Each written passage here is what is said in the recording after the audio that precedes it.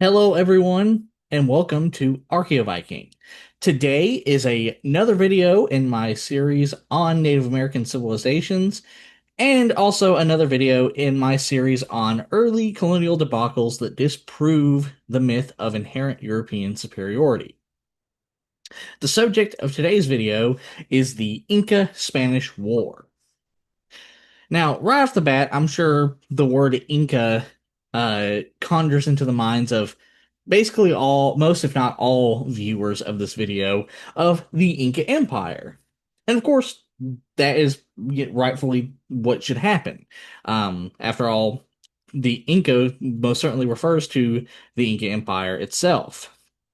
However, much like, say, the Aztec Empire, the Inca Empire has a lot of myths and sort of, I guess you could say legends, not necessarily legends, but at the very least misconceptions about it and its history. And very similarly, when you hear Spanish in reference to something like the Inca Empire, you tend to hear, when you hear that, you tend to think about the Spanish Empire, or at least most people who hear that tend to think of the Spanish Empire. Mainly the Spanish imperial provinces in the Americas, but also the various other parts of the Spanish Empire you see here on this map. And again, much like the Inca Empire, while it is certainly correct to have that pop in your mind, thinking about, say, conquistadors and, Spanish Mexico and etc., there are also a lot of myths, misconceptions, legends, if you will, that surround the Spanish Empire itself. And so, with that in mind, as I alluded to at the very beginning of this video is going to sort of demystify, and demythologize these great empires and the events and relationships surrounding both of them. And much like my previous video, or one of my previous videos, uh, on the Aztec Spanish War.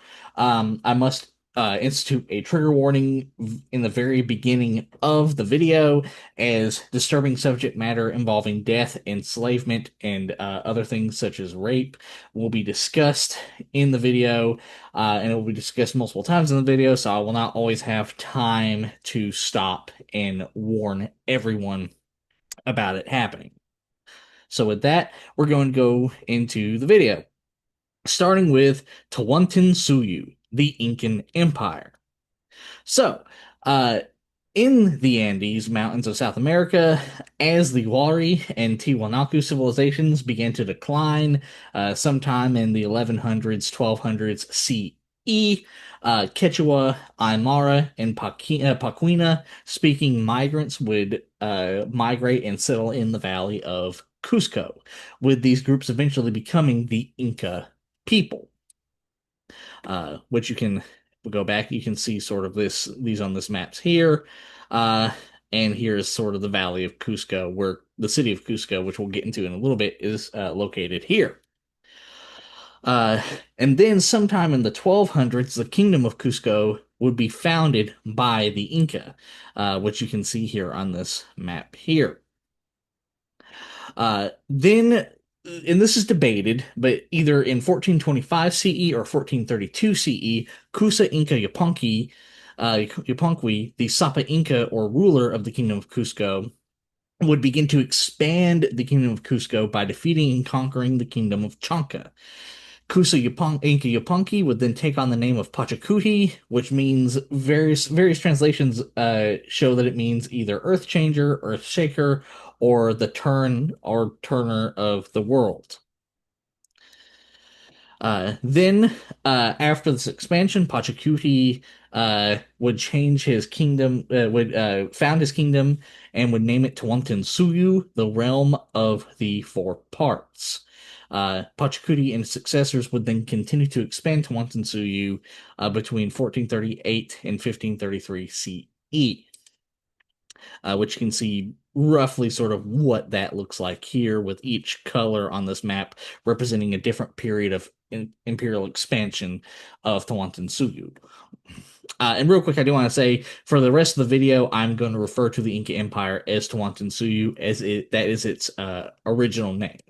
So, out of respect for the descendants of the Inca, who are still around, and we'll get into that later in the video, I'm going to refer to the Inca Empire as Tawantinsuyu, which again is its given name.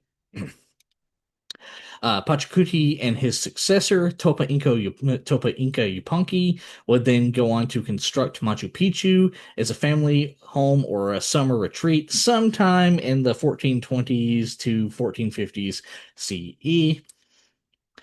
And it's important to note that Tawantinsuyu was a highly centralized empire that was under the complete control of the Inca royal family, who were viewed as the descendants of Inti, the god of the sun, with Tawantinsuyu being divided into four realms: Chinchasuyu in modern-day northwest Peru, Ecuador, and southern Colombia, uh, uh, Quilla Suyu in modern-day southern Peru, western Bolivia, and north and central Chile, Antisuyu in the upper Amazon River basin of modern-day Peru, Bolivia, and Brazil, and Suyu in on the modern-day coast of southwestern Peru. And all land in Tawantinsuyu belongs to the empire and and private property did not exist. And Quechua will become the national language of Tawantinsuyu. Which you can see these four divisions of the Empire of Tawantinsuyu here. The capital of Tawantinsuyu would become Cusco and would eventually have a population of between 45 and 60,000 inhabitants by somewhere between 1500 and 1533 CE. And here's a map of Cusco here, and here are some of the walls of what remains of the city of Cusco.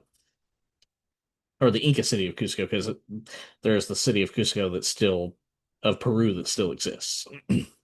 Also during this time, the cult of the sun god Inti would become the state religion of Tawantinsuyu, though of course other gods were also worshipped.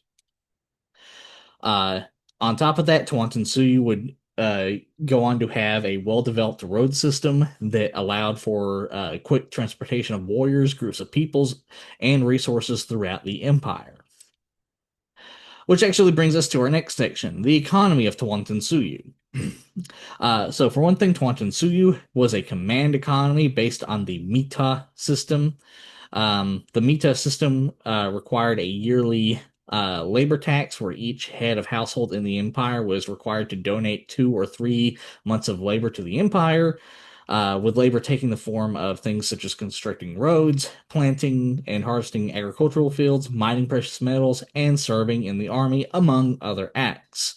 A head of household did not always need to work the full 2 or 3 months, as they could distribute the work between members of their family.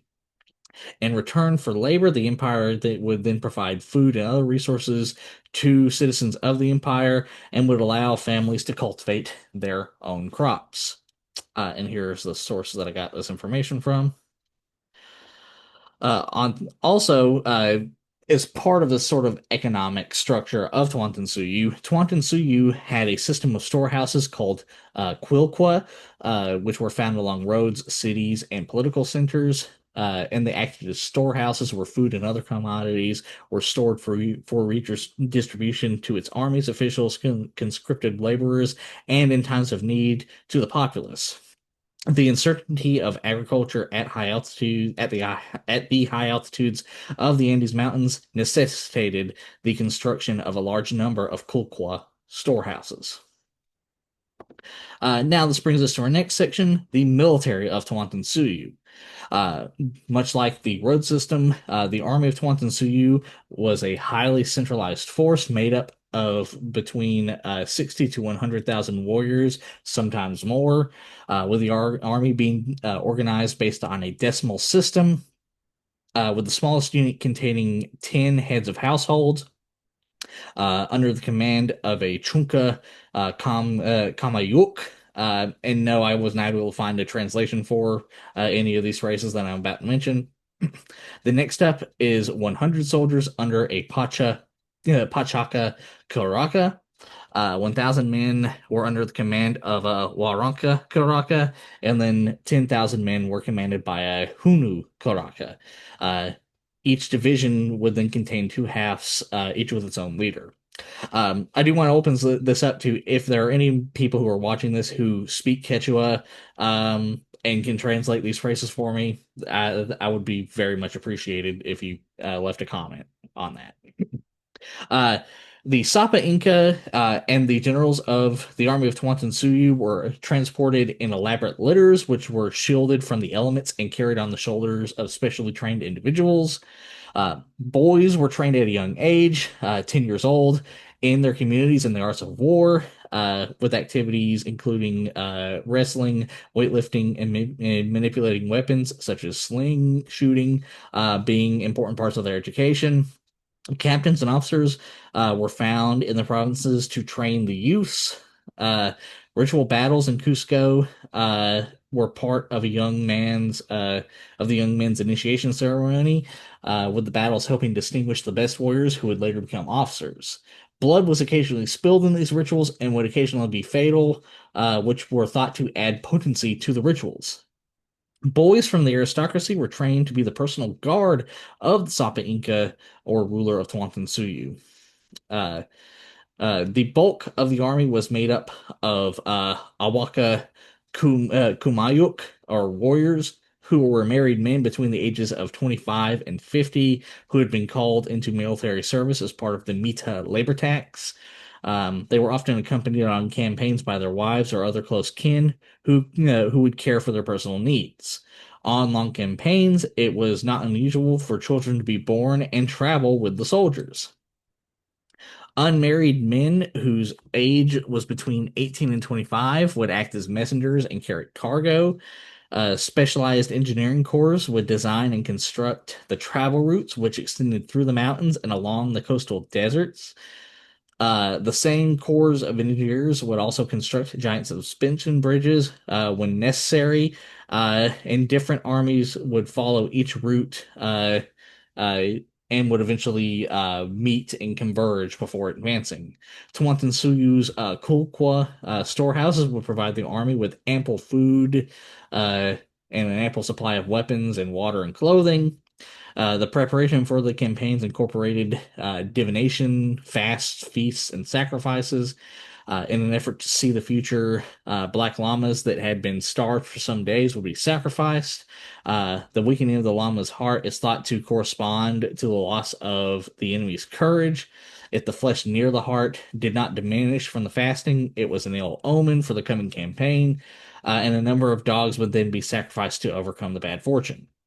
An especially solemn ceremony called the Itu was performed when the Sapa Inca, or ruler of the empire, would go to war. For 2 days, everyone in Cusco would fast and refrain from sex. After all the provincials and women who had dogs and other animals were sent to the city, the images of the gods would then be brought into the Awak Kaya Pata Plaza. And then other forms of divination, including the use of maize, corn grains, were also used to determine the results of military campaigns. Priests played key parts, played key military roles, as responsibilities were not neatly divided into civil, military, or religious and secular categories within the empire. The army of Tawantinsuyu and other Andean armies carried with them a variety of icons called waka. The most important of the army of Tawantinsuyu were the images of the sun god, images of the sun and thunder, and stone icons of the founding ancestors, Manco Capac and Huanaquari. These idols were not simply symbols of a society, but embodied beings. Seizing the enemy's idols signified the capture of their power. The army of Tawantinsuyu used a variety of tactics in war, including destroying harvests, inflicting famine, feints to draw defenders away from the center of an attack, night attacks, ambushing enemy forces in steep ravines or on muddy riverbanks. The Sapa Inca, or ruler of Tawantinsuyu, and the generals of Tawantinsuyu and other Andean armies were known to take the skulls of enemy rulers and commanders as trophies, and defeated lords were also known to be flayed, and the skins of their bellies were made into drums that were taken into battle or played at ceremonial events in Cusco. Now, I will say how frequently this happened, I don't know. I wasn't able to find really any good indication of how frequently this happened. So this may be a sort of later a later come from later accounts. So take that for what you will. But this is what every source I looked at stated. Individual valor was elaborately rewarded, though clear distinctions were made between awards granted to nobility and to commoners, reinforcing the class structure of Tawantinsuyu. Clothing, gold and silver breast or backplates, and captured women's weapons and flocks were rewards for commoners. Marriage to an Akia, uh, or chosen virgin of the sun, was a sign of special favor. Nobles, on the other hand, can be awarded administrative positions, lands, multiple wives, and privileges such as riding in a litter or sitting on a stool. After conquering a region, the army of Tawantinsuyu often implemented the mitma, or a policy of resettlement, where entire populations were forcibly resettled to new regions. Inhabitants of provinces that were loyal were moved and resettled in new or hostile territories, while rebellious villages were moved to consolidated regions. This was done to diminish the resistance of nobility and to lessen the chances of rebellion by conquered communities by moving them to unfamiliar regions. After resettlement, the populace was heavily monitored in order to ensure that challenges to the authority of Tawantinsuyu did not occur. This included detailed documentation such as censuses of the population once they had been resettled. Once in their new settlement places, the participants received land to plant crops and raise livestock, as well as to build houses. By doing this, Mi'kmaq populations were allowed to reproduce their original social and production structure. Another way the population was kept in check was by having strict punishments for lawbreakers. If a resettled person tried to return to his native home, he would be tortured. If he attempted to do so a second time, he would then be executed. Fortresses were used in Andean warfare as a whole. In the case of Tawantinsuyu, forts were placed on the frontier borders of the empire. However, as the borders of the empire shifted often, many forts eventually would lay in the heartland of Tawantinsuyu. Forts were used as forward bases of operation for campaigns, field camps in hostile territory, frontline redoubts used to support frontier advances, hardpoint defenses, perimeter guard posts, and occasional internal garrisons. Uh, Kayonka, large rectangular buildings, sometimes served as barracks. Later, the army of Tawantinsuyu would develop new tactics to combat the army of the Spanish Empire, such as attacking from high ground or on rocky terrain to hamper the mobility of Spanish cavalry, deployment of men armed with lances in the front of formations to resist cavalry charges, and the use of traditional bolos hunting tools to entangle the feet of horses to cause them to trip and fall, and an emphasis on heavy assaults from sling throwers, such as stones thrown from slings, which could break steel and could cause great injury and death to even armored Spanish soldiers. As early as 1537 CE, the army of Tawantinsuyu would then begin to adopt Spanish arquebus muskets, artillery, and crossbows. They would also capture Spanish horses and become skilled horse riders in their own right. By the 1560s CE, it is said that their skill in the use of arquebuses and riding horses was equal to the Spanish army.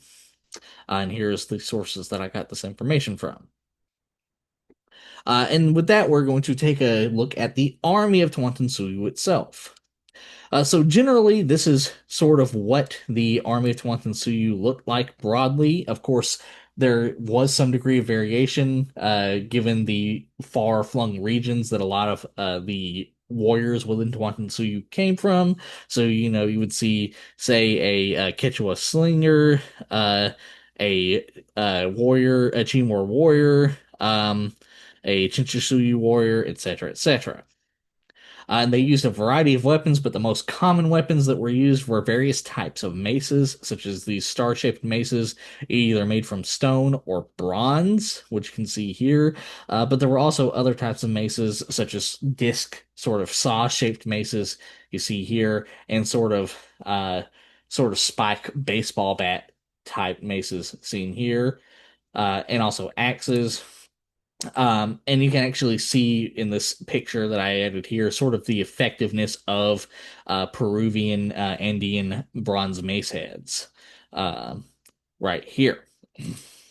And as I said, they use a variety of axes as well, which you can see here, and various halberds, such as this here, which you can see this reconstruction of an warrior from the Empire of Tawantinsuyu holding one of those halberds here. And they also used bolos, which are a traditional Andean hunting tool with two or three stones attached to a rope that you would swing and like throw at an animal, like say a deer or a llama, and it would wrap around their legs, one or two of their legs, and cause them to trip.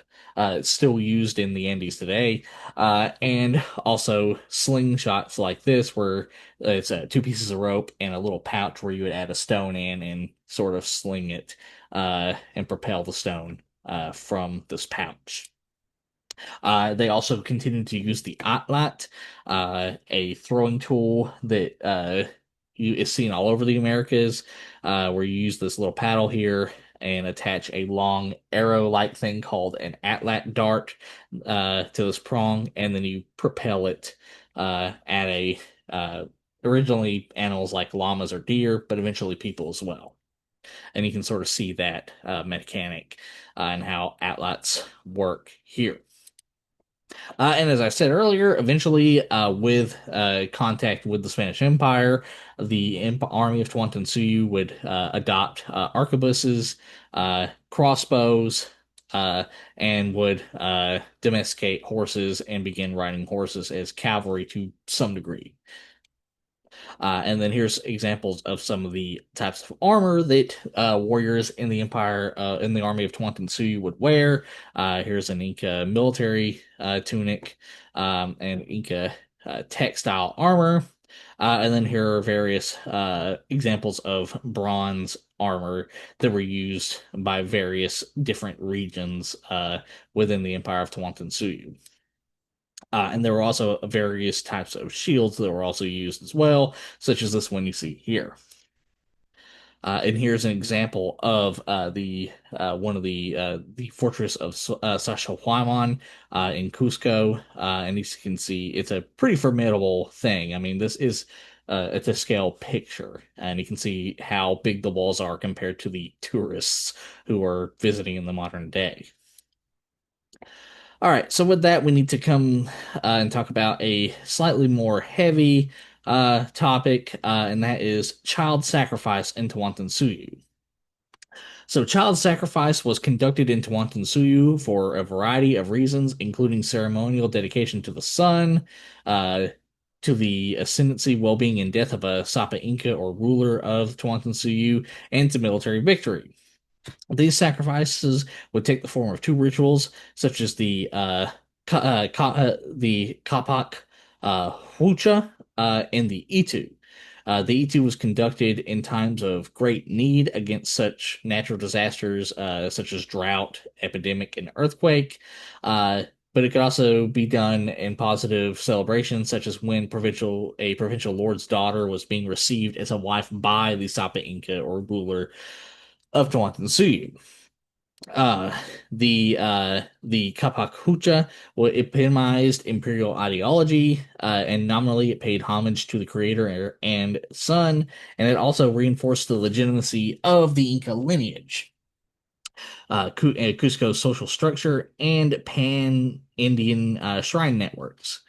Uh, Kapak Hucha ceremonies could be focused in and around uh, Cusco, but the grandest events would encompass the entire realm.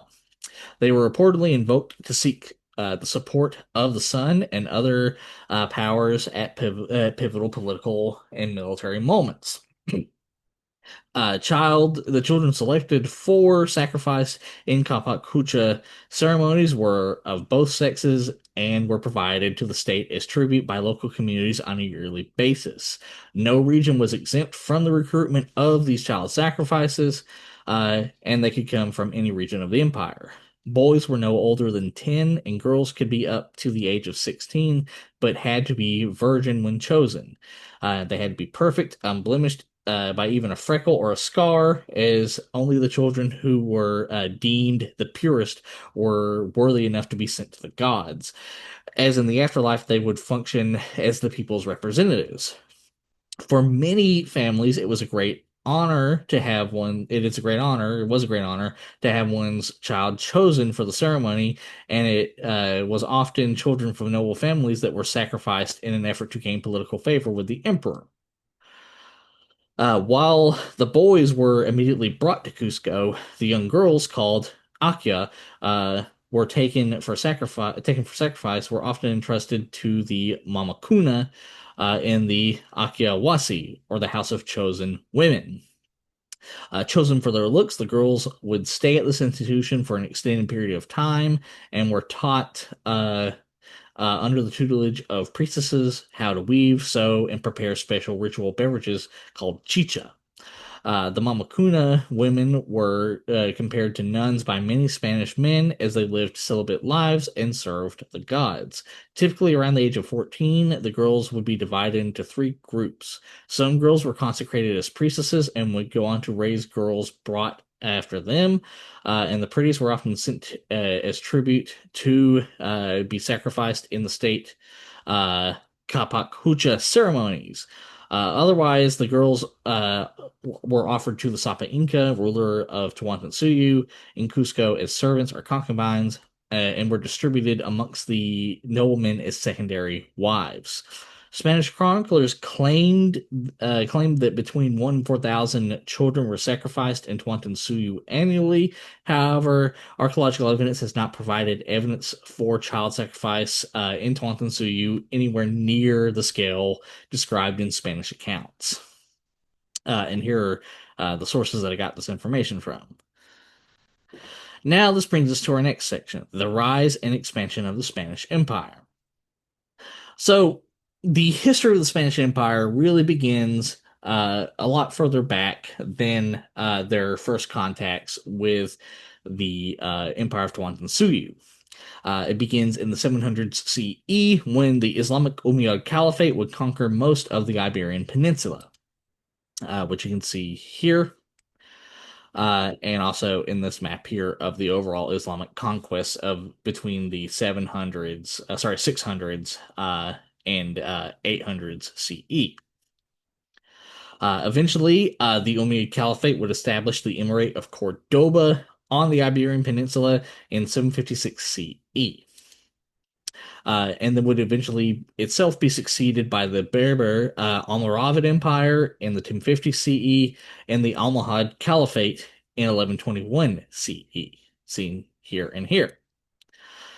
At the same time, between 750 and 1492 CE, the Christian kingdoms of the Iberian Peninsula would gradually expand and retake the peninsula in what would become known as the Reconquista, seen on this map here.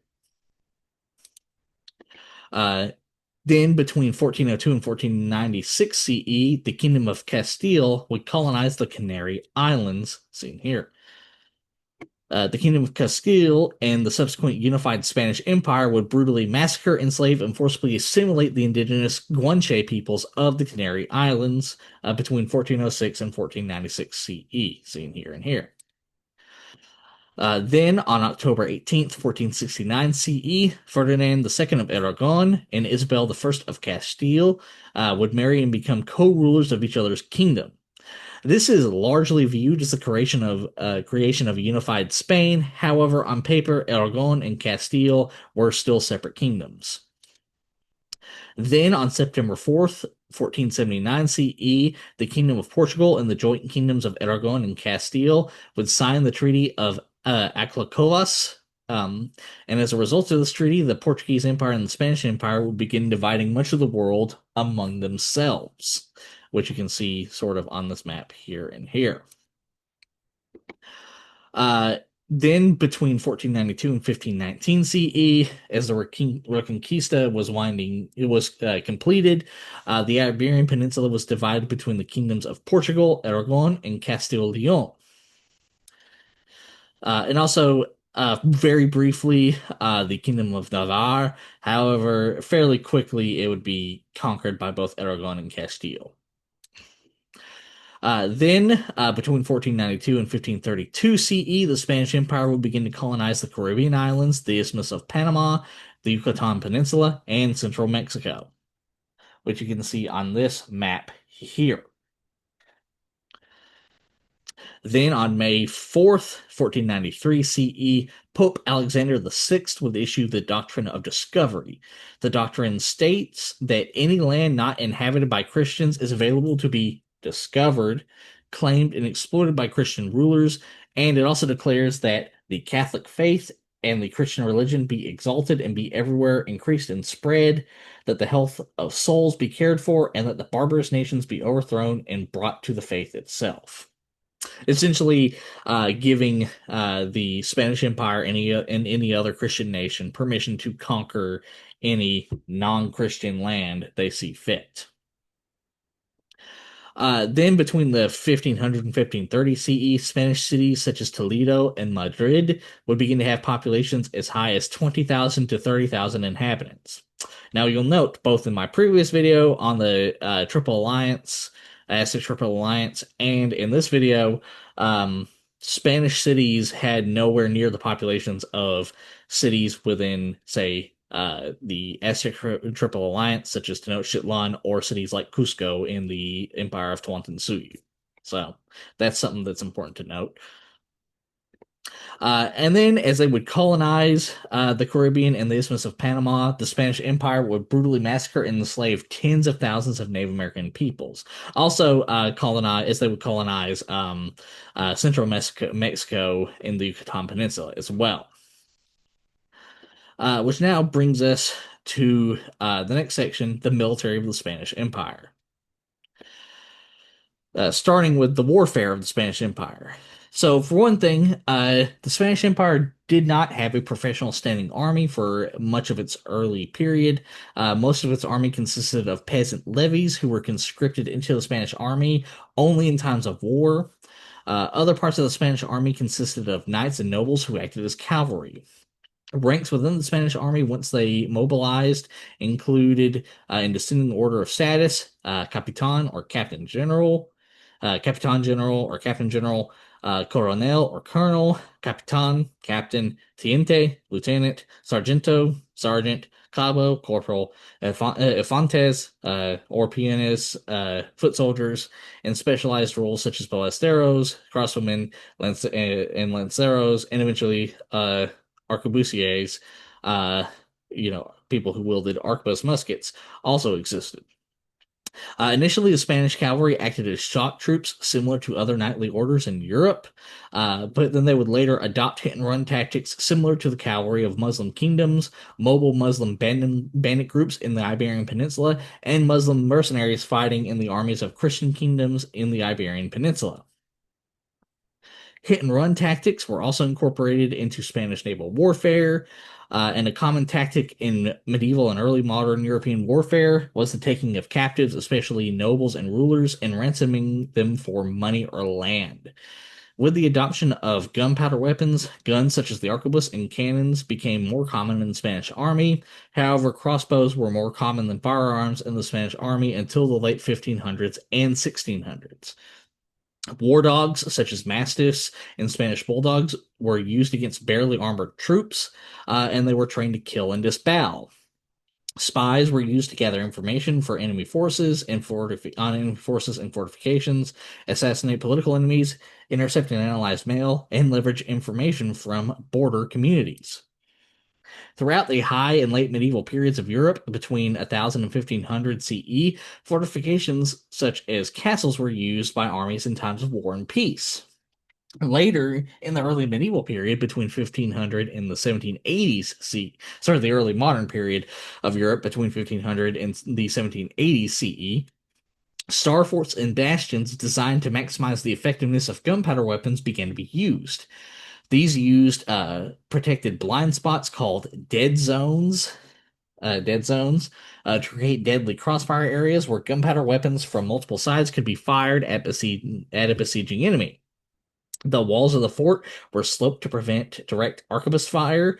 Uh, they were topped with earthen slopes to absorb the energy of cannon fire, and often a series of circular ditches designed to slow the enemy halts surrounded the fort. Later, Allied Native American soldiers would make up the bulk of the Spanish army in the Americas, with these allies being used to great effect. And here's all the sources that I got this information from. And here are some examples of Spanish soldiers. You can see cavalrymen, an armored sort of wealthy nobleman or aristocrat, um, perhaps a not quite as wealthy individual, etc., etc., an arquebusier. Uh, you can see all of those war dog, etc. Uh, and they would wield various types of swords, such as this, long spears and pikes like this, and of course arquebuses and crossbows, as well as cannons like this one, which is actually found in the Southwest in connection to the Coronado expedition of the 1540s. And these are some of the types of armor that the soldiers, the wealthier soldiers in the Spanish Empire would have worn. And this is the type of shields that they would have had. Here are some examples of the war dogs, or dogs at least bred for war, uh, that were used in war by the Spanish Empire, such as the Spanish Mastiff and the Spanish Bulldog.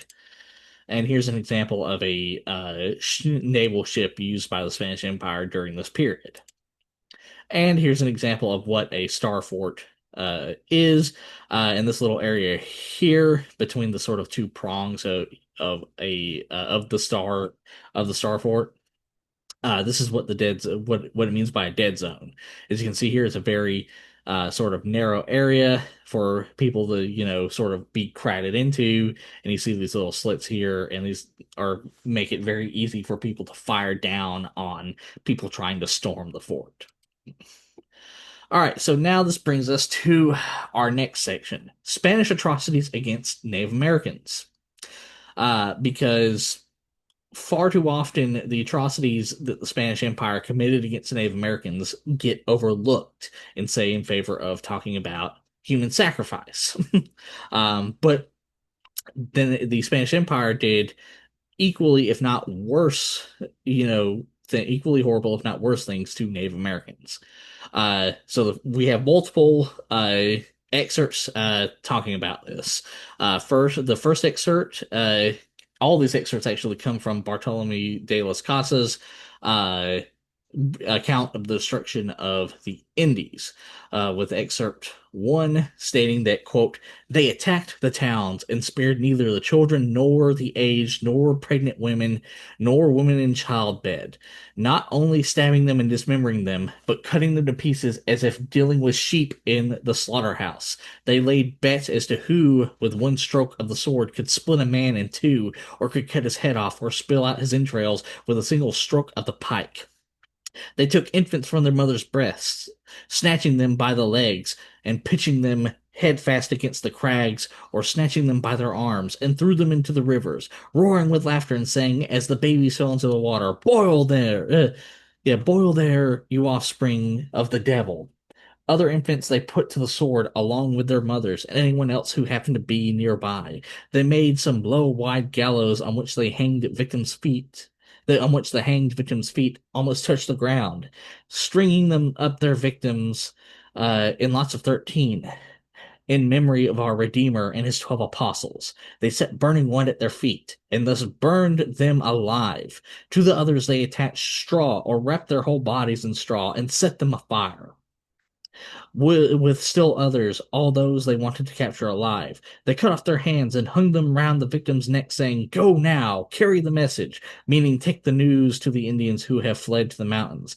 They usually dealt with the chieftains and nobles in the following way. They made a grid of rods, which they placed on forked sticks, then lashed the victims on the grid and lighted a smoldering fire underneath. So little by little, those captives screamed in despair and torment. Their souls would leave them. And here's the pages of the account of destruction of Indies that this comes from. Excerpt 2 reads, "The fourth kingdom was that of Jaragua, that was like a marrow and medulla of the empire, its sovereign court. Its king surpassed all other princes in eloquence, refinement, and education and good breeding. Likewise, his government was the best ordered and the most circumspect. At his court there was a multitude of nobles whose beauty and elegance excelled all others. Behechio, the king of Zaragua, had a sister named Anaquana. Together, the brother and sister rendered great services to the king of Castile and afforded great beneficiations to the Christians, helping them avoid countless mortal dangers. After the death of her brother, the king, uh, Anaquana continued to rule the land. Then one day, the Christian governor of the island arrived with a cavalry force of 60,000 horses and 300 foot soldiers. The cavalry alone could lay waste the land. Having been promised safe conduct, there soon arrived 300 Indian nobles. These, or most of them, were tricked into entering a very big Indian house of straw, where they were shut in and burned alive. When the house was set on fire, those who did not perish in the conflagration were put to the sword or the pike, along with a countless number of common people. As a special honor, Lady Anaquona was hanged, and it happened that those Christians, either out of piety or cupidity, took some boys to shield them from the slaughter, and placed them on the croup of their horses. But other Spaniards came up from behind and ran the boys through with their pikes. When the victims fell from the horses, the Spaniards cut off their legs with a sword. Some of the nobles who managed to flee from this inhuman cruelty took refuge on a small island nearby, about 8 leagues out to sea, and the said Christian governor condemned all those who had gone there to be sold as slaves because they had fled the butchery." And here's the page that I got this excerpt from. Excerpt 3 reads, "The fifth kingdom was called Higwe, and its ruler an aged queen who was called uh, Higuanama. They hanged her, and there were countless people that I saw burned alive or cut to pieces or tortured in many new ways of killing and inflicting pain. They also made slaves of many Indians." Here's the page that I got this excerpt from. Excerpt 4 reads, "Then in the early dawn, when those innocents are asleep with their wives, and children, the Spaniards attack and enter the town and set fire to the houses, which, being commonly made of straw, burn rapidly with all who are within. Thus they proceeded, killing as many as they liked, and torturing those they took alive, because they had been told of other settlements where there was gold, more than there was in this one. And then they took a number of survivors in chains to sell them as slaves." And here's the page that I got this excerpt from. Then we have excerpt 6. Oh, I'm sorry, excerpt 5, that reads, quote, "The Spaniards had asked for 5 or 6,000 Indians to carry their cargo. When all the chiefs had come, they and the burden bearers were herded into the patios of the houses. What a grievous thing it was to see those Indians as they prepared to carry the loads of the Spaniards. It was a grievous sight, for they came naked, stark naked, except for their private parts, which were covered, and they had a netting bag stung over their shoulders, holding their meager nourishment. They were all made to squat on their haunches like tamed sheep. When they were all placed close together, they were bound and tied. At the closed doorways, armed guards took turns to see that none escaped. Then at command, all the Spaniards drew their swords or pikes, while their chiefs looked on. Helpless, all those tamed sheep were butchered and cut to pieces. At the end of the 2 or 3 days, some survivors came out from under the corpses, wounded but still alive. They went weeping to the Spaniards, imploring mercy, which was denied. The Spaniards had no compassion, but drove them back and cut them down. Then the Spaniards had the chiefs, a total of more than 100 who were already shackled, burned at the stake that had been driven into the ground.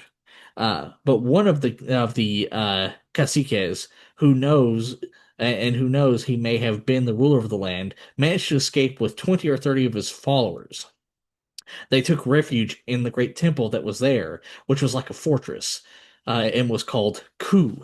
There he defended himself for a greater part of the day, but the Spaniards, against whom there is no protection, especially no protection for these unarmed people, set fire to the temple and burned them as they cried out, "Oh, wicked men, what have we done against you? Why are you killing us? Go to the city of Mexico, where our lord and master Moctezuma will avenge us." It is said that the Spaniards were putting the 5 or 6 thousand Indians in the patios to the sword when it is said that when the Spaniards were putting the 5 to 6 thousand Indians in the patios to the sword, one captain sang out, "Nero of Tarpeia watched Rome burn, and the cries of the young and old did not move him." And here are the pages that I got this excerpt from. And then the last excerpt, excerpt six reads, "The Spaniards train their fierce dogs to attack and kill and tear to pieces the Indians. The Spaniards keep alive their dogs' appetite for human beings in this way. They have Indians brought to them in chains. They then unleash the dogs. The Indians come meekly down the roads and are killed. And the Spaniards have butcher shops where the corpses of Indians are hung on display. And someone will come in and say, more or less, 'Give me a quarter of that rascal hanging there to feed my dogs until I can kill another one for them.'" And here is the page that I got this excerpt from, and here's the source that I got all of these excerpts from. Then we also need to talk about the taking of human bodies as trophies by European kingdoms. So the taking of human bodies as trophies in Europe is an ancient practice, with evidence for the use of human skull caps as drinking vessels being found at sites in France and Spain that are dated to roughly 70,000 years before present during the Paleolithic period. Evidence for scalping has been found on caches of skulls recovered from archaeological sites in Germany and Denmark that are dated to between 7,000 and 6,000 years before present during the Mesolithic period. During the Roman Empire, human skull caps were occasionally used as drinking cups, with one example being found in a home at Pompeii. Scalping was also encoded as a legal right in the law codes of the Germanic Visigothic Kingdom of Spain, the ancestor to all Christian Spanish kingdoms, including the Spanish Empire. During the Crusades, Christian knights would take body parts as trophies, such as when a French knight took the genitals of a Muslim soldier as a trophy. And during the Reconquista, it was common for both Christian and Muslim kingdoms of Spain to display the severed heads of enemies as both trophies and warnings. In the case of Christian kingdoms, the heads of Muslim and fellow Christians alike were displayed on the walls of cities, lances, and were paraded as war trophies. And this practice would continue into the Spanish Empire and was used against Native Americans. And you can, as we actually just talked about, in the last few excerpts I read. And here are the sources I got this information from. All right, now let's bring this to our next section, the early Spanish expeditions to the Pacific coast of South America. The first European to reach the Pacific coast of South America was a Spanish conquistador, Pascual de Andagoya, who would arrive in modern-day Colombia, where he encountered local Native American villagers who reportedly told him of a gold-rich country or gold-rich territory called Viru, which was on a river called Piru, where the modern-day word Peru comes from. And Nagoya would attempt to colonize Colombia, but failed, and afterwards he would return to Spain with word of his findings, what is happening between 1522 and 1524 CE. Then, between 1524 and 1525 CE, Portuguese conquistador Alexio Garcia, who had spent several years on the Atlantic coast of South America mapping what is now modern-day Brazil, Paraguay, and Bolivia, would gather a handful of Portuguese and Spanish conquistadors along with 2,000 indigenous Guarani warriors. Garcia's expedition would then travel up the Paraguay River, enter the borderlands of Tawantinsuyu, though the name and nature of the empire was unknown to Garcia, and his expedition would then begin to raid and pillage the region. In response to the raids, Huayna Capac, the current Sapa Inca ruler of Tawantinsuyu, would dispatch an army of 20,000 soldiers to stop the raids. Hearing of the large army's approach, the Garcia expedition would be forced to retreat from the region and return to the Spanish Empire. Meanwhile, in Panama, experienced conquistadors Francisco Pizarro and Diego de Almagro would hear of the findings of the Andagoya and Garcia expeditions. The two conquistadors would then form a business partnership and would plan to colonize the Pacific coast of South America together. Pizarro and Almagro would gather roughly 80 conquistadors and 4 horses to conduct their first expedition, with Pizarro sailing down the Pacific coast, and Almagro briefly remaining in Panama to recruit more conquistadors before joining Pizarro. However, the expedition would succumb to bad weather, lack of food, and attacks at the hands of Native American warriors. In fact, in one such attack, Almagro would lose an eye to an arrow. The expedition would only make it to Colombia and then would return to Panama in failure in November of 1525 CE. Pizarro and Almagro would then receive permission from the governor of Panama to conduct a second expedition, with the expedition consisting of 160 men and several horses, reaching as far as the Colombian San Juan River. Soon after arriving, the expedition would separate, with Pizarro staying to explore the perilous territory off the swampy Colombian coast, while Almagro would return to Panama to get reinforcements.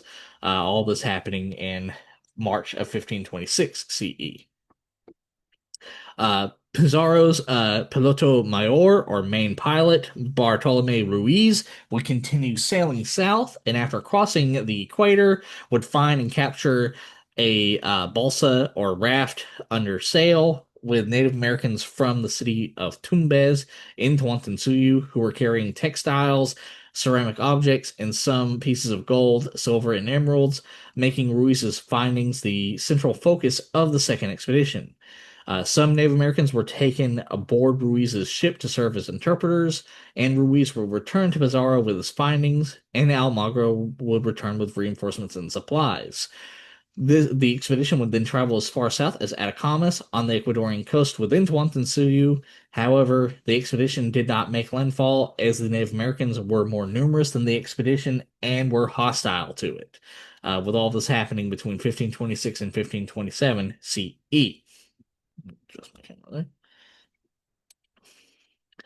there. Pizarro would then stay on the Isla de Gallo on the coast, and Almagro would return to Panama with the gold found by Ruiz as proof of the existence of a wealthy land to colonize.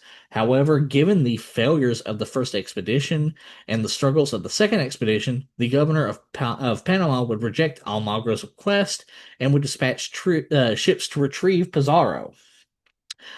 Pizarro would refuse to return to Panama, with all but 13 of his expedition returning to Panama, with this happening in 1527 CE. Almagro would then be forced to return to Pizarro without reinforcements, and together they would travel as far south as the Tumbes region of modern-day Peru and the city of Tumbes in Tawantinsuyu, continuing to hear of a wealthy empire in the region from the locals. Almagro and Pizarro decided to return to Panama to prepare for a third expedition, with all this happening between 1527 and 1528 CE. Pizarro would then travel to Spain to request King Charles I of Spain for a royal license to colonize Peru. Charles I would give Pizarro his blessing, and Queen Isabella of Portugal would sign the license officially, naming Pizarro the governor, Captain General, Adelantado, and Alguacil Mayor of the future colony of New Castile, for the distance of 200 leagues along the newly discovered coast, and would invest him with all authority and prerogatives. This license would leave Pizarro's associates in secondary positions, which would later anger Almagro and lead to a falling out between the two conquistadors. This license will become known as the Capitulation of Toledo and will be signed on July 26, 1529 CE.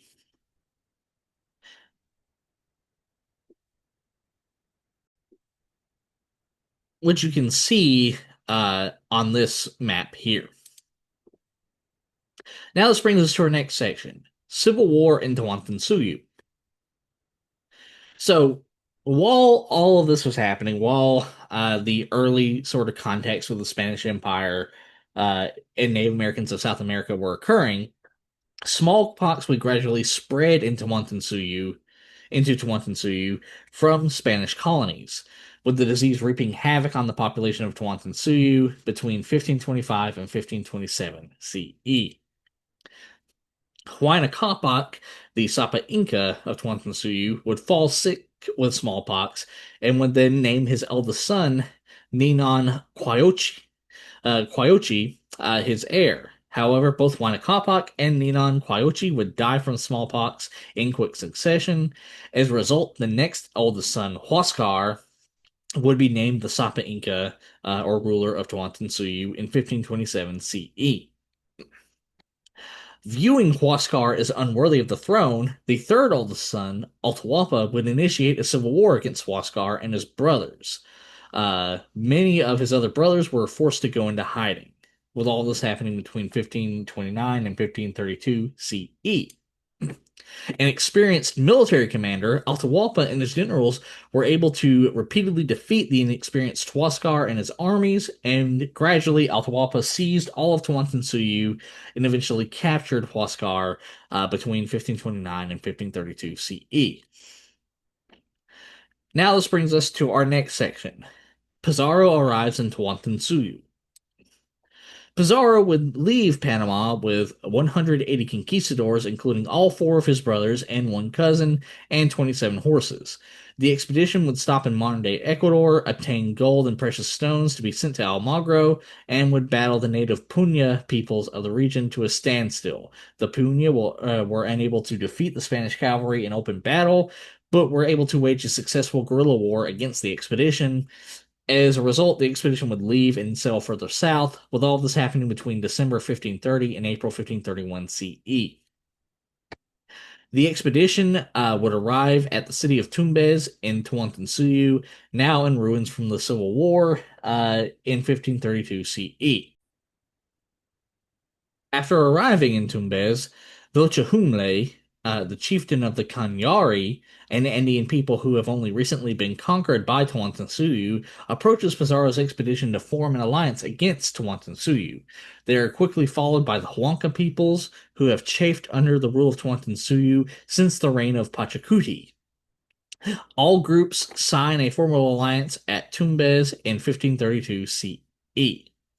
And here are the Canary, and here's the sort of coat of arms of the Huanca peoples.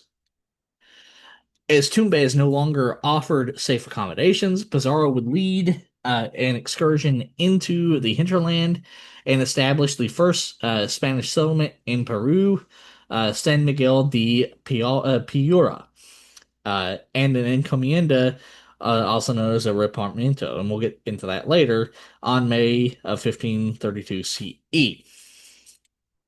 Receiving word of the new arrivals, Atahualpa dispatches an envoy to invite Pizarro to visit him.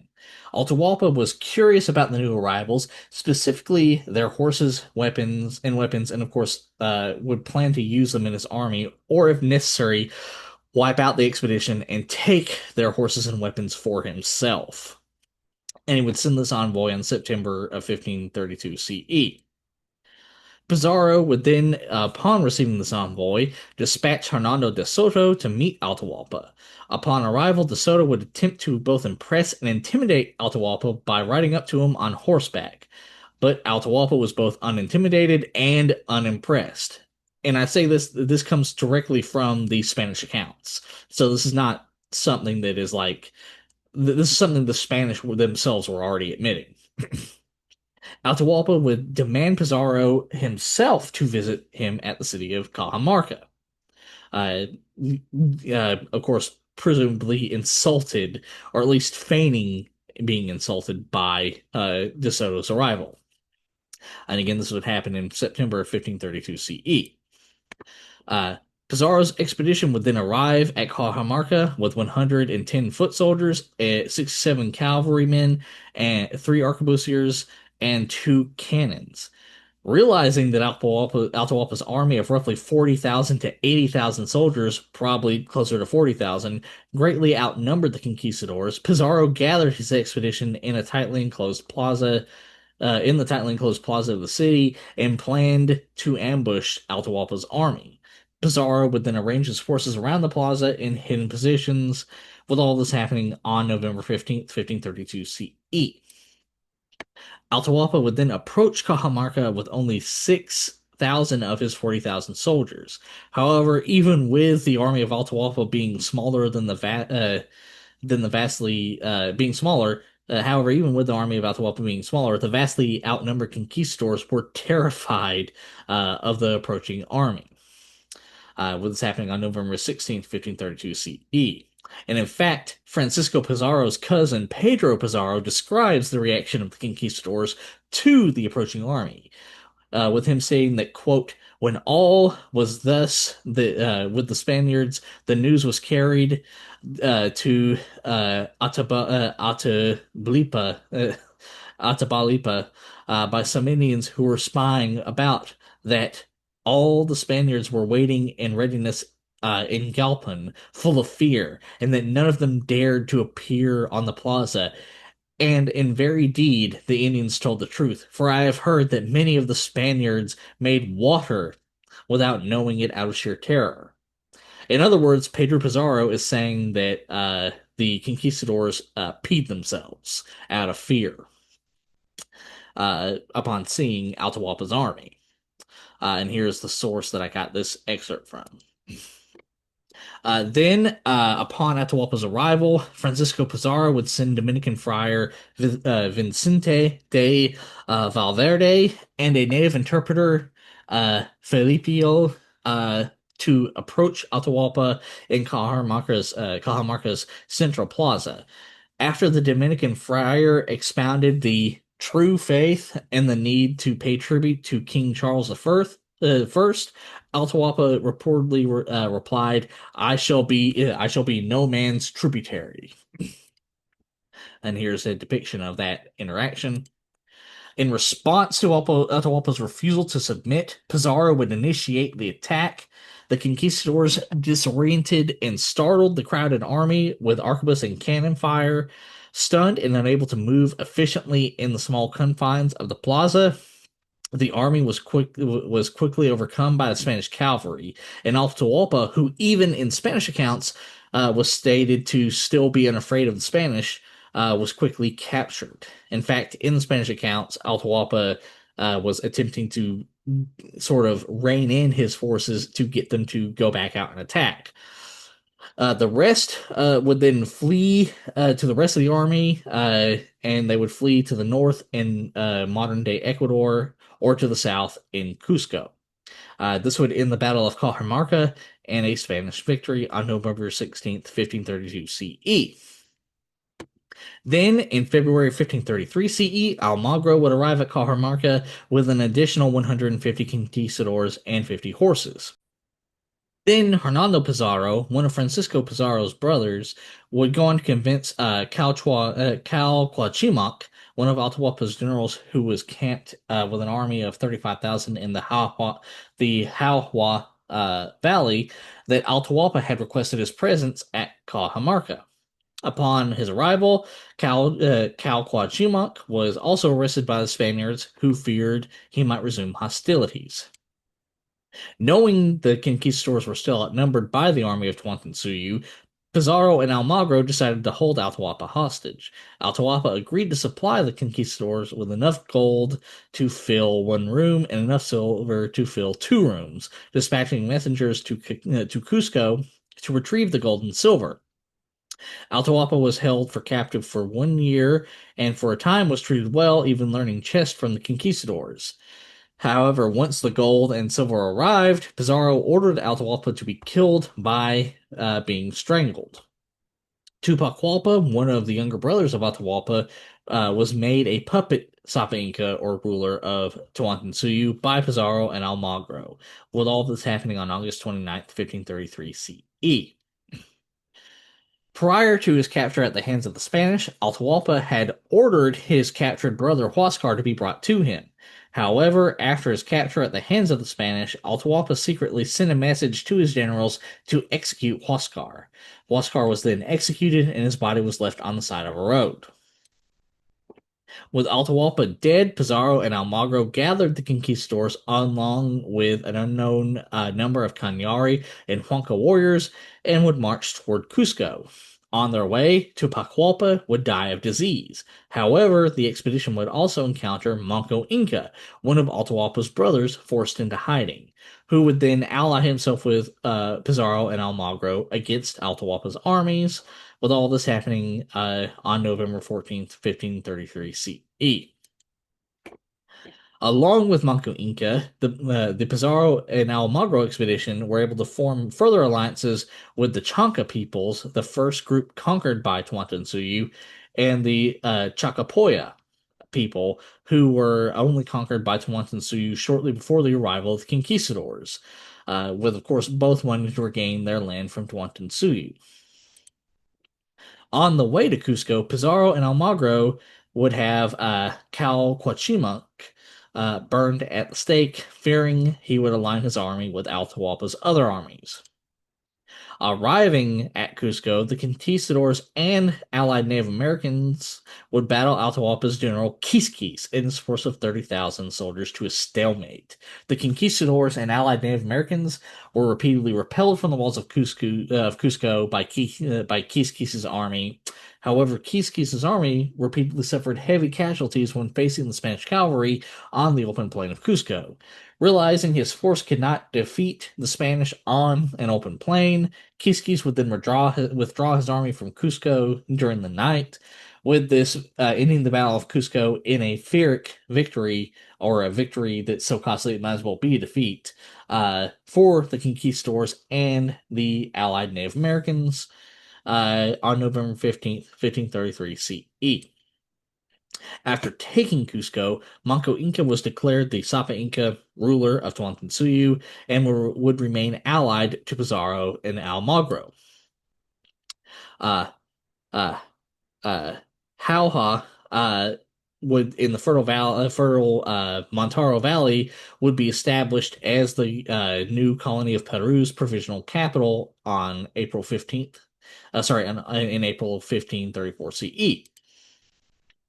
Then Almagro and fellow conquistador Sebastian de Balcazar, along with their Native American allies, would then pursue Quisquis to the city of Quito, the northernmost city in Tawantinsuyu. However, the city had been burned by Ruminawi, another of Atahualpa's generals. Ruminawi was eventually captured and executed by the conquistadors was then eventually captured and executed by the conquistadors and their Native American allies, with all this happening between 1534 and 1535 CE. However, Quisquis would continue to battle the conquistadors and their Native American allies, achieving multiple victories against them, with him doing this by fighting from high ground and using bolas to nullify the effectiveness of the Spanish cavalry. And eventually he would begin a guerrilla war against the conquistadors and their Native American allies. However, his commanders would eventually execute him as they simply wanted to return home to their families, having been fighting a war for far longer than the traditional mita labor tax required, with all this happening between 1534 and 1535 CE. While in northern Peru, Almagro would found multiple cities, including Trujillo, with him founding this city specifically in August of 1534 CE. Meanwhile, Pizarro would found the city of Lima on the coast of Peru and would eventually make it the colony's new capital in January 1535 CE. The dispute between Pizarro and Almagro over who had the rights to the newly colonized land would then intensify. As a result, Almagro would successfully petition Charles I to issue a new agreement separating the lands in South America claimed by the Spanish Empire into terra firma, New Castile, New Toledo, New Andalusia, and New Leon. Almagro was made the governor of New Toledo, with this agreement becoming known as the capitulations of 1534 CE. And this is sort of the map showing the new divisions. Almagro would then depart to colonize modern-day Chile, part of New Toledo, with an expedition of roughly 500 conquistadors, 12,000 allied Native American warriors, and several hundred horses. Almagro was also joined by Payu Inca, one of Manco Inca's brothers, with this expedition leaving in July 1535 CE. Which now brings us to our next section, the Inca-Spanish War itself. So between 1534 and 1535 CE, Manco Inca willingly provided gold and silver to the Pizarro brothers. However, he quickly realized they would not stop until all of the gold in Tawantinsuyu was theirs. He also realized they now believed themselves to be the true rulers of the region, not Manco Inca. After refusing to provide more gold and silver, Manco Inca was mistreated and later imprisoned by the Pizarro brothers until he provided both gold and silver. After initially failing, Manco Inca was able to escape and quickly rallied the armies of Tawantinsuyu to war against the Spanish Empire in 1535 CE. The remaining generals of Tawantinsuyu, Tiso, and Kiso were able to gather between 100,000 and 200,000 warriors to fight the Spanish Empire. So with that, let's take a look at the campaigns of Tiso and Kiso. So Tiso and Kiso were able to use guerrilla warfare against the Spanish Empire to great effect. Kiso specifically chose to attack the Spanish cavalry in steep ravines, where he would cause rock slides in mountain passes to wipe out forces of conquistadors, and he would also use bolos to nullify Spanish cavalry on open plains. One account describes how after destroying a band of conquistadors with a rock slide, Kiso quote, seized many supplies that these dead Spaniards were carrying, brocades and silks, and other rich garments, and a lot of wine and foodstuffs, and swords and lances, which they later used against us. And they had more than 100 horses, and had also seized much artillery and harquebuses. And here's the source that I got this excerpt from. With all of that in mind, Tiso and Kiso would systematically defeat and drive most of the conquistadors from the Andes. They would sack the city of Jauja, Jauja. I may be butchering that, I apologize, and would massacre its inhabitants and would systematically hunt down and slaughter every Spanish encomendero between Cusco and Lima. All this happening between 1535 and 1536 CE. One chronicler describes the campaign of Tiso and Kiso stating that, quote, the governor was great troubled after seeing all of the bad things that had happened, because he already had 4 dead captains and almost 200 dead men and many horses, and he also knew for certain that the city, Cusco, was either in great danger or was already lost, and if the latter, that his brothers and all the others in it were dead. For this reason, and seeing himself with so few people, he was very distraught and fearing the loss of this land, for there wasn't a day when someone didn't come tell him that such and such chief has rebelled, or in such an area as so many Christians have died who had gone looking for food. Fearing the possible death of his brothers, Pizarro would then go on to send a letter to Pedro de Alvarado, the governor of Guatemala, asking for reinforcements on July 9th, 1536 CE. In the letter, Pizarro states that, quote, the Inca Emperor Manco has the city of Cusco besieged, and I have heard nothing about the Spaniards in it. The country is so badly damaged that no native chief now serves us, and they have won many victories against us. It is causing me such great sorrow that is consuming my entire life, as well as the fear of losing the governorship. I beg of you to send me some help, because not only would it be doing His Majesty a great service, but it would also be doing me a favor and would save the lives of those who are here in Lima. You can also be sure that if we are not rescued, then Cusco will be lost. And then the rest of us will be lost because we are few and we have almost no weapons, and the Indians are fearless. I will not say more except that it will cost you little to perform this service for our royal majesty and to grant the favor that this realm and myself request. And even if it costs a lot to help us, Christians, everyone will be grateful for it. May the Lord grant your magnificent person as prosperous a life as you desire. And here's the source that I got this excerpt from. Hearing of the victories, Manco Inca would then order Kiso Yupanqui to sack Lima and take Pizarro hostage. Kiso Yupanqui was initially reluctant to attack the city as it was on an open plain, and it would leave his army vulnerable to the Spanish cavalry. However, realizing that he could not disobey his sovereign's order, he would launch the attack on Lima. Initially, in the initial attacks, his army nearly overwhelmed the conquistadors and their Native American allies, with Kiso Yupanqui successfully neutralizing much of the Spanish cavalry by luring them into rocky riverbeds and using bolos. However, while storming the narrow streets of Lima, Kiso Yupanqui would be killed in battle by a combined force of allied Native American warriors and Spanish cavalry. As a result, his army would disperse to the mountains, and this would end the Battle of Lima in a Pyrrhic victory for the conquistadors sometime in August of 1536 CE. Now we need to look at the campaign of Manco Inca.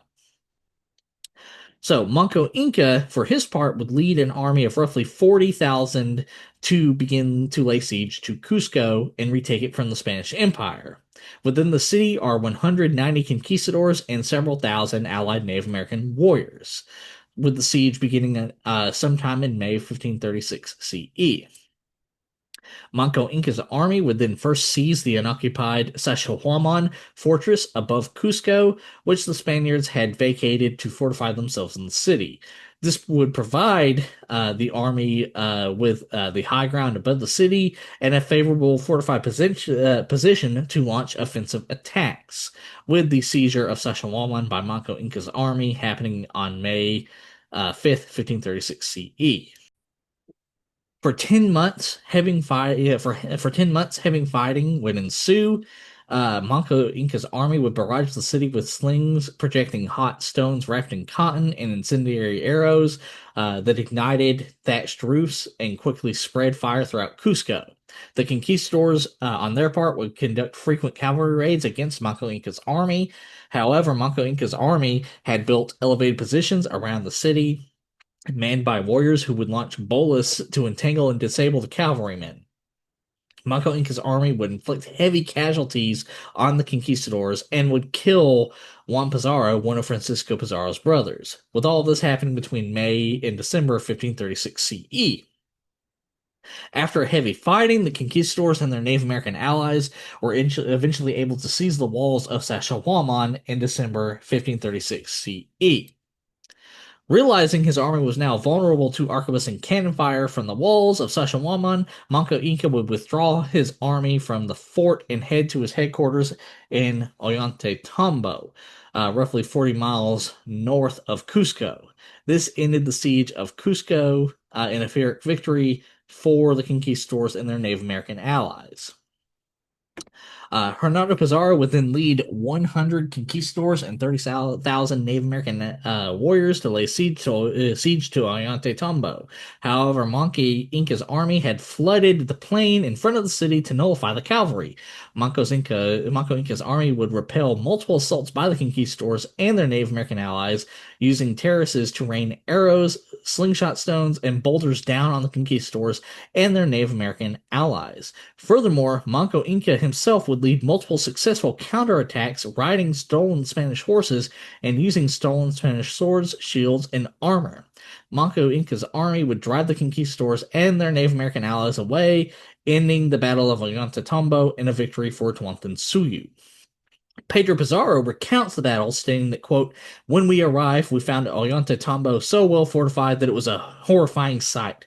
For the place is very strong, with very high terraces, and with very large, well-fortified stone walls. It has but one entrance that is against a very steep hill, and on the hill there are many warriors with many boulders. There were many warriors with many boulders, which they had up above in order to hurl them down whenever the Spaniards dared to enter and attempt to capture the fortress gate." Pedro further states that, quote, "The Indians without our knowing turned the river into the plain where we were, and had we waited longer, we would have all died. Yet when he understood the trick the Indians had played on us, and that it was impossible to take this village at the time, Hernando Pizarro ordered us to retreat. And as the night grew darker, he sent all the foot soldiers ahead and the baggage train with some mountain troops to guard it. And he himself, with our troops, took the middle, and he ordered his brother Gonzalo Pizarro, along with a few more of his cavalrymen, to bring up the rear. And in this way, we retreated." And here is the source that I got this excerpt from. Despite his victory, Manco Inca would then be dismayed to hear of the return of Almagro's conquistadors and allied Native American warriors to Peru. Almagro would then bring his force to Cusco and reinforce the city, and Manco Inca would call on his brother Payu Inca to join the war effort. However, Payu Inca would betray his brother and would side with the conquistadors and would be crowned a puppet Sapa Inca or ruler of Tawantinsuyu. Realizing that the Andes Mountains were no longer under his control, Manco Inca would withdraw his warriors and families to the city of Vilcabamba in Antisuyu, the upper Amazon River basin of modern-day Peru, Bolivia, and Brazil, with him doing this in April and July of 1537 CE. Which now brings us to our next section, Manco Inca's guerrilla war. From Vilcabamba, Manco Inca would continue to battle the Spanish Empire, conducting guerrilla warfare against them to great effect. With him starting this in 1538 CE. One source recounts how Manco Inca implemented terror tactics in his warfare, stating that, quote, "The king, Manco Inca Yupanqui, had retired into the fastness of the Andes with the Oreones, an old headman who had made war on the Spaniards. As the town of San Juan de la Victoria de Guamanga was not then founded, and the traders of Lima carried their goods to Cusco, the Indians attacked them, and after seizing the goods, either murdered the owners or took them alive and returned them to Vitcos, their principal seat, tortured them in the presence of their women, revenging themselves for the injuries they had suffered, and by impaling them, forcing sharp stakes up into the lower parts of their victims until they came out at their mouths. The news of this caused such terror that many persons with private businesses and others on public service dared not go to Cusco without company well armed." And here's the source that I got this information from. As you can see, the Spanish were very much terrified of, at least to some degree, of Manco Inca and his army. Meanwhile, a civil war would erupt between Pizarro and Almagro over the governorship of New Castile and Peru. The civil war would result in the death of Almagro and would destabilize the government of the colony, with this happening between July 12th, 1537 and July 8th, 1538 CE. Hearing of Manco Inca's attacks on Spanish merchants, Pizarro would then dispatch 230 conquistadors to capture Manco Inca. However, the conquistadors were ambushed and defeated by Manco Inca's army in November 1538 CE. Tito Cusi, one of Manco Inca's sons, recounts the defeat of these conquistadors, stating that his father, quote, "positioned a great number of women on the top of the hill, all armed with lances in order to invoke the impression they were men. After that, he swiftly jumped on his horse, his lance in hand. He shielded all of his men by himself, so that the enemies were not able to hurt them as long as the scouts who were surveying the country had not returned. They, the scouts, arrived on the top of the hill almost at the same time as the Spaniards, while my father was fighting them off by himself. When they arrived there, they were exhausted by their ascent. But when they saw my father fight so bravely, they found new encouragement to fight their enemies, who were still farther downhill. They courageously fell upon them in a throng with their lances and shields and pushed them downhill. After they had dealt them this blow, they took a rest in order to catch their breath. When the Spaniards noticed that they had sat down to take a drink, they assumed that they were exhausted and boldly resumed their attack uphill. Our men, however, had been on watch and had reinforced themselves with people who had come to their aid from various places. As soon as they saw the enemies approach with such resolve, they fell upon them and drove them apart in one blow, throwing them over cliffs and rocks into the abyss. The helpless Spaniards had been so exhausted from the weight of their armor and from the heat that they weren't able to resist to avert their collective destruction. Not a single horse nor man escaped with his life, except for two men, one swimming across the river, and the other by grabbing hold of the ropes of the bridge. Thus, after their victory had been completed, my father's men went about collecting the spoils from the Spaniards, and stripped every one of them that they could get their hands on, taking their clothes and weapons and bringing everything into the village of Oronkoi. My father and his people were very much elated by the victory that they had accomplished and made celebration and dance that lasted for 5 days to honor the spoils and the victory. And here's the source that I got this from. Then, between April and June 1539 CE, Gonzalo Pizarro, one of Francisco Pizarro's brothers, would assemble a force of 300 conquistadors and several thousand Native American allies to launch an assault on Vilcabamba. Uh, Payo Inca and two of his and Manco Inca's brothers, Inquil and Huaspar, also participated in this expedition. The expedition was ambushed and defeated by Manco Inca's army in battle multiple times. Pedro Pizarro recounts one such ambush, saying that, quote, while marching, as I say, Pedro del Barco and his men walked into the trap, not seeing any Indians because they were all in ambush and hiding. They entered upon this gentle slope, which I mentioned, in order to come to the narrow path through the forest. And when some 20 Spaniards had entered it, they, the Indians who were in hiding, hurled down the slope from above with many large boulders. These boulders are large stones which they throw from above, which come rolling down with much fury. When these boulders were thrown, as I say, they crushed 3 Spaniards and hurled the fragments into the river. When the Spaniards who had gone forward went onward into the forest, they found many Indian archers who began to shoot the arrows at them and wound them. And they had not found a narrow path, and had they not found a narrow path by which they threw themselves into the river, all would have been killed. For they could not overcome these Indians on account of their being hidden among the trees. And here's the source that I got this excerpt from. But as you can see, this is even now, Manco Inca's army was very much causing great fear against the Spanish Empire and was a very effective fighting force. Gonzalo Pizarro would then sack the city and take Manco Inca's wife, Cura Occhio, prisoner. Pizarro would the Pizarros would pursue Manco Inca but lose his trail, and Pizarro and Gonzalo Pizarro would then return to Cusco, with all this happening between June and July 1539 CE. Tito Cusi recounts his father's retreat, stating that, quote, a few Spaniards came to the place where my father was.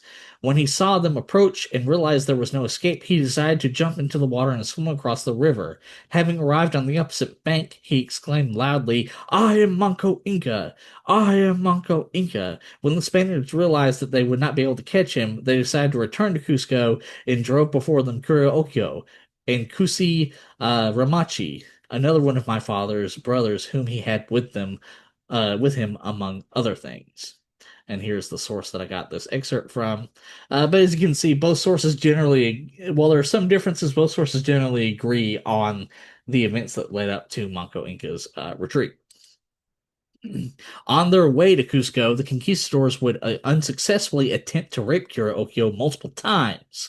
Upon returning to Cusco, Francisco Pizarro would attempt to use Okio to force Manco Inca to surrender. However, Manco Inca would refuse to negotiate with Pizarro, knowing he could not be trusted. And in response, the conquistadors tortured and executed Okio sometime in July 1539 CE. Tito Cusi describes the experience and death of Okio, stating that, quote, they arrived with my aunt at the town of Pampa Konak, where they tried to rape her, but she did not want to let this happen and defended herself bravely to the bitter end, even covering her body with stinking and filthy things in order to disgust those who wanted to touch her.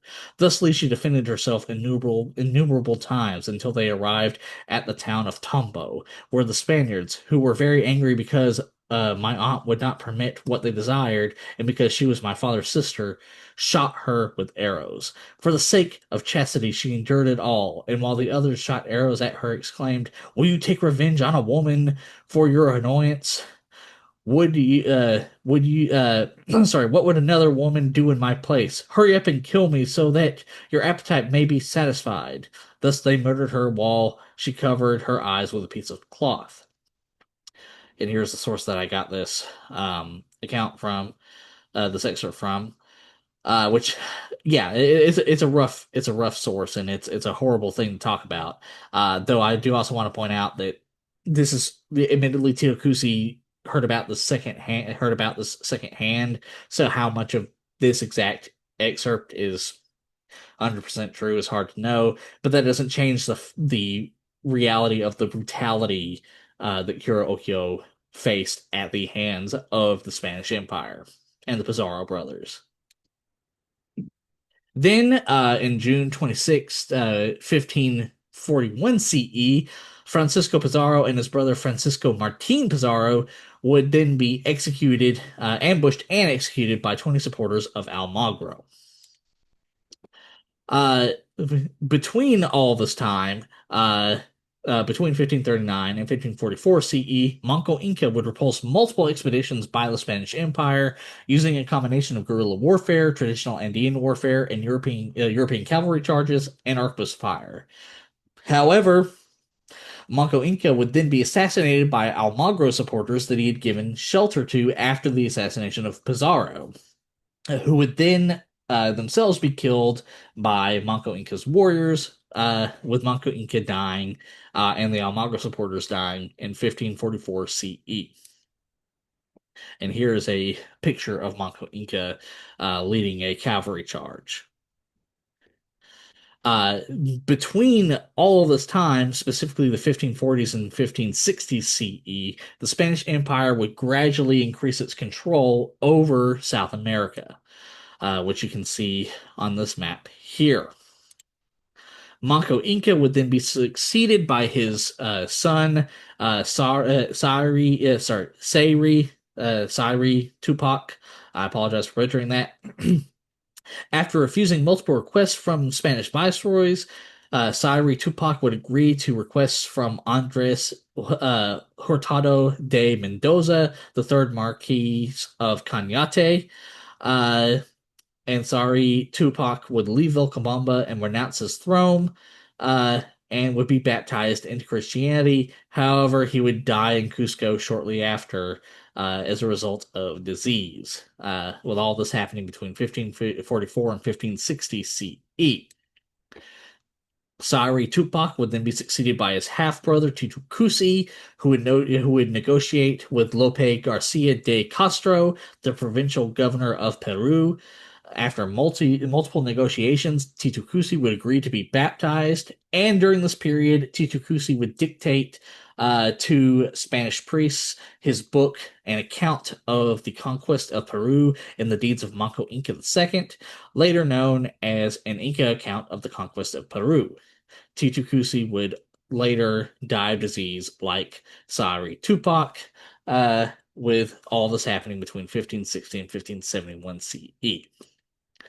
Titu Cusi would then be succeeded by his brother Tupac Amaru, who would continue negotiations with the Spanish Empire.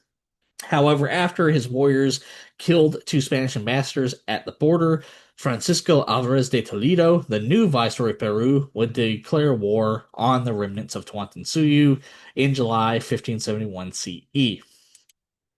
Toledo would then gather 250 conquistadors and 2,000 Native American allies and march on Vilcabamba. However, at this point in time, Vilcabamba and Tawantinsuyu had grown significantly weaker over the past 3 decades, and as a result of this, Tupac Amaru and the inhabitants of Vilcabamba would abandon the city, fleeing into the rainforest. The conquistadors and allied Native American warriors would march into Vilcabamba unopposed. They would have then eventually tracked down and capture Tupac Amaru, and Toledo would bring Tupac Amaru to Cusco and execute him, marking the final destruction of Tawantinsuyu and ending the Inca-Spanish War. Uh, with all this happening between May and September 24th, 1572 CE. Now this brings us to our last section, the aftermath of the Inca-Spanish War. Well, for one thing, the Spanish Empire would colonize most of South America between 1572 and 1604 CE, which you can see in this map here, with Portugal being the empire who colonized the remaining parts of South America. Then between the 1520s and 1590s CE, roughly 93% of the pre-contact Native American population of the Andes Mountains would die as a result of European diseases such as smallpox and the measles. And then between the 1500s and 1600s CE, the Spanish Empire would heavily utilize Native American slavery, which would result in the deaths of millions of Native Americans. With Native American playing a key role as a part of the Spanish encomienda system. Now, I've talked about the encomienda system many times before, but again, as always, the encomienda system was the plan was that Spanish settlers would protect and care for and Christianize Native Americans, and Native Americans would work for a portion. Work a portion of their time for Spanish settlers.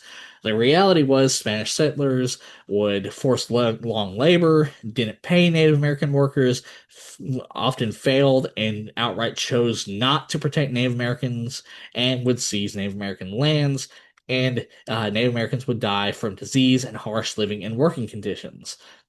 Now, on paper, the encomienda would eventually end after the clergy, the Catholic Church protested, and after multiple revolts by Native Americans. However, and it would be replaced by repartimiento. However, repartimiento continued the abuses and is essentially just encomienda under a different name. Also, between the 1570s and 1800s, the Spanish Empire would incorporate the Mita system of Tawantinsuyu into the encomienda system, forcing Native Americans to provide labor such as building roads, agricultural work on the estates of Spanish aristocrats, or the most brutal example, work in the brutal Potosi silver mines, which had the highest rates of death for Native American workers. Now, all that being said, the Native American peoples of South America were never fully conquered, with multiple rebellions breaking out against Spanish rule between 1780 and 1830 CE. One of the most famous is the rebellion of Tupac Amaru II, which occurred between 1780 and 1783 CE. I do want to point out that, to my knowledge, and somebody can correct me on this, this individual who calls himself Tupac Amaru II is not necessarily related to Tupac Amaru or Manco Inca. I think it was a title he bestowed upon himself. But regardless, it's an example of a very large Native American revolution and rebellion against the Spanish Empire. And on top of that, the Native American peoples of South America would take part in the South American Wars of Independence from Spain between 1818 and 1830 CE, which you can see a map of the various wars of independence against Spain here. And then, of course, Manco Inca would become a symbol of indigenous resistance in South America. And despite previous attempts by the Spanish Empire and continued attempts at cultural genocide by the Peruvian government, the various Native American groups in Peru, such as the Quechua and the Aymara, among others both in Peru and South America, continue to maintain and revive their cultural traditions. And so, with that, that brings an end to our video on the Inca-Spanish War. I hope all of you watching learned a lot, because much like the Aztec Spanish War, there are a lot of myths and misconceptions that permeate our society about these events. So I hope this video helped you sort of dispel those myths and those misconceptions, and I hope you take what you learned here to educate people further in the real world. Um, if you would like to see me cover any of the subjects I discussed in the video in greater detail in later videos, please feel free to leave a comment in the comment section. And remember to like, share, and subscribe. And I hope you all have a good day.